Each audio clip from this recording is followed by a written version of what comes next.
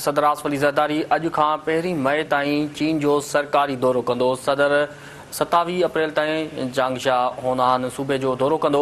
परॾेही आफीस जे तर्जुमान मूजिबि सदर 28 अप्रैल खां 1 मई ताईं हिनान सूबे जी सान्या में रहंदो। सदर आसिफ अली ज़रदारी चीनी सूबाई क़यादत सां पाक चीन लाॻापनि ते मुलाक़ातूं कंदो।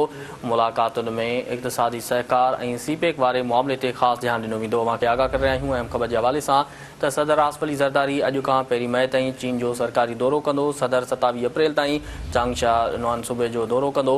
परॾेही आफीस जे तर्जुमान मूजिबि सदर 28 अप्रैल खां 1 मई ताईं हिनान सूबे जे सान्या में रहंदो। सदर आसिफ अली ज़रदारी चीनी सूबाई क़यादत सां पाक चीन लाॻापनि ते मुलाक़ातूं बि कंदो।